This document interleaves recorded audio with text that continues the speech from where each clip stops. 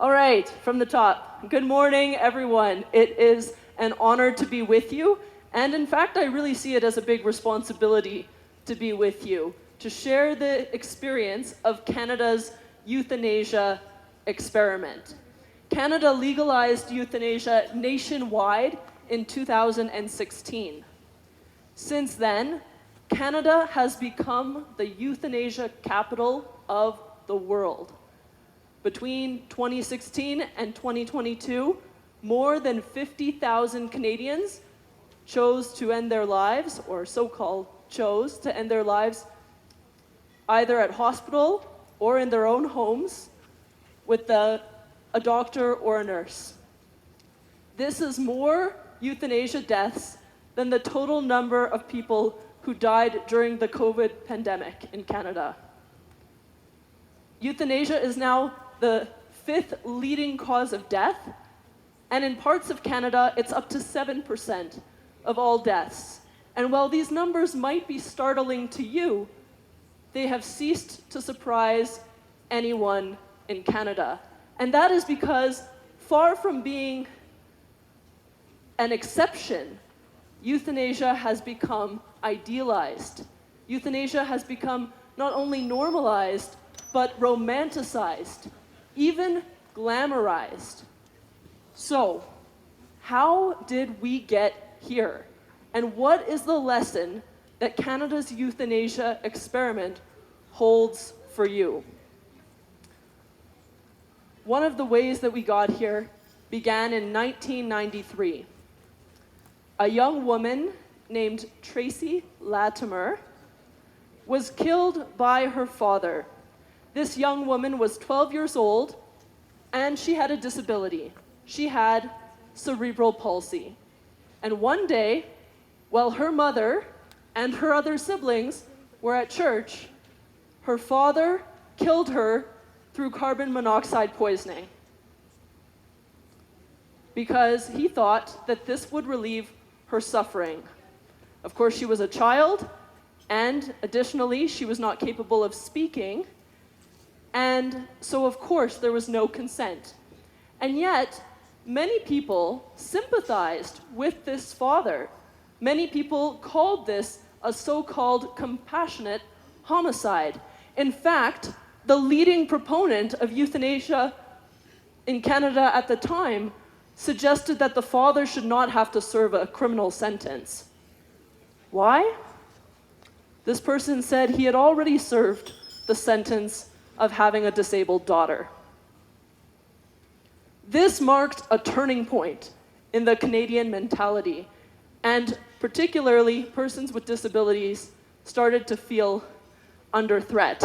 Actually, just yesterday, I heard a story of a woman from the same province as Tracy who had a disabled son. And when her disabled son learned about this euthanasia death, he said to his mom, "Mom, when I get sick, you don't have to kill me. I can take it. I'm tough." This sent a chill, and this was 1993. We talked earlier a little bit about social euthanasia as well, the mentality and the mindset when persons with disabilities are discounted, disregarded, and devalued. I remember a story 20 years after Tracy's, where a family with a young boy with autism received an anonymous letter in the mail. The letter said, "Your remain limited." Euthanasia cannot remain limited. If euthanasia is good, if it is a relief, if it is a compassionate means to alleviate suffering, why would we not extend it to everyone? How could we be so cruel as to only allow it for a small portion of the population? Either euthanasia is a good, to which everyone is entitled, or it's not, and we protect everyone. But it was decided that euthanasia would be for those who are suffering a lot before death. But of course, there are people suffering as much, if not more, throughout their lives who are not imminently dying. What about them? And so it was on the grounds of equality that euthanasia was expanded. And in 2021, the government expanded euthanasia on the basis of disability and mental illness. Right now, the mental illness as a sole condition is on pause, but persons with disabilities are called Track 2 MAID candidates. Persons with disabilities have become a special qualifying class for a premature death at the hands of a doctor or nurse. You can see why this sends a chill throughout the disability community. So I was working with a member of parliament at the time, and we created a petition within our parliamentary office, a petition against this. It's a certainly devaluing expansion of euthanasia by expanding it further and further. Now, I'm telling you some things, but nothing can substitute hearing them from the persons themselves, from those most affected. And so I did bring a video so that you can hear from a Canadian man living with disabilities in his own perspective, and the video has Spanish subtitles, what it's like to be a patient in Canada with our modern euthanasia regime, which is presented under the pretense of equality and a benefit. Let's hear from Roger the real impact of euthanasia for someone like him.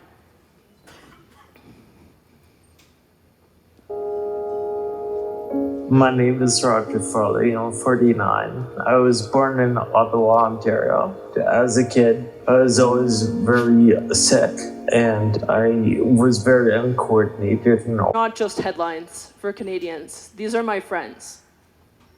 Roger, I wanted to tell you also what impact the death of Tracy Latimer, who I spoke about at the beginning, had on a friend of mine who has the same condition, cerebral palsy.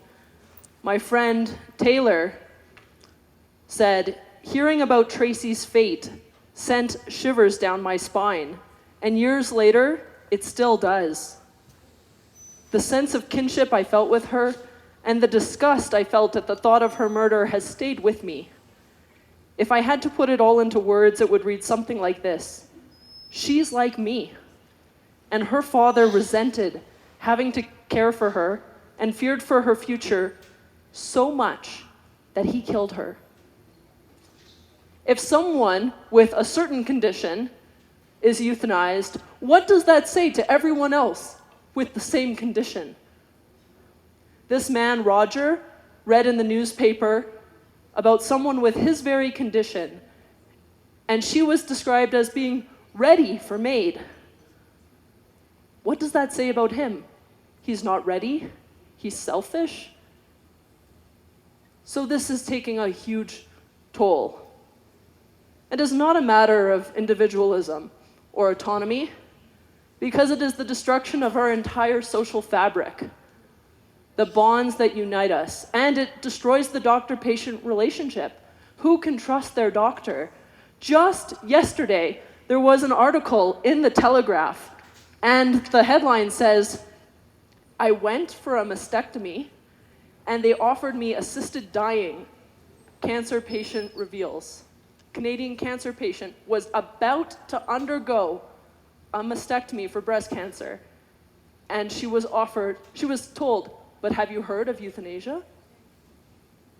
At her most vulnerable moment. So just to wrap up this session, and then I will be back in the afternoon with a different twist, with a lot more anecdotes and probably a lot more hope. Some specific features of Canada's euthanasia regime. In Canada, both doctors and nurses do euthanasia. In 15 minutes, they intentionally end the life of their patient. Euthanasia happens, as I mentioned, in hospitals, private homes, and even the government advertises national parks. It is raised by medical professionals themselves, not by the patient. And in fact, doctors can get in trouble if they don't mention euthanasia as one of the possible treatment options. They can actually get in trouble for depriving a person of knowing all the options, but you know what? Having euthanasia suggested already kills the person. It already deflates your sense of worth and makes you question, is it good for me to be here? Is it good that I exist after all? And it's doctor or nurse administered, whereas in the United States, the distinction with assisted suicide is that the patient is required to take the lethal substance him or herself. Whereas in Canada, you have this mutual outsourcing of responsibility, where the patient says, I'm undergoing a medical procedure, and the doctor says, I'm simply executing the patient's will. So euthanasia always represents a failure on the part of governments, that you're too complicated and difficult to take care of. And so it would be easier to kill you. But the request for euthanasia, I am convinced, in all my years of engagement on this, the request for euthanasia does not express the desire to die. It is the expression, rather, of a disappointment. The request for euthanasia is not the expression of a request to die. It is the expression of a disappointment. Will we have the courage to be curious enough about people and question, why are you disappointed? How can we help you? I think we have so much better to propose. So I look forward to sharing a bit more about that in the afternoon.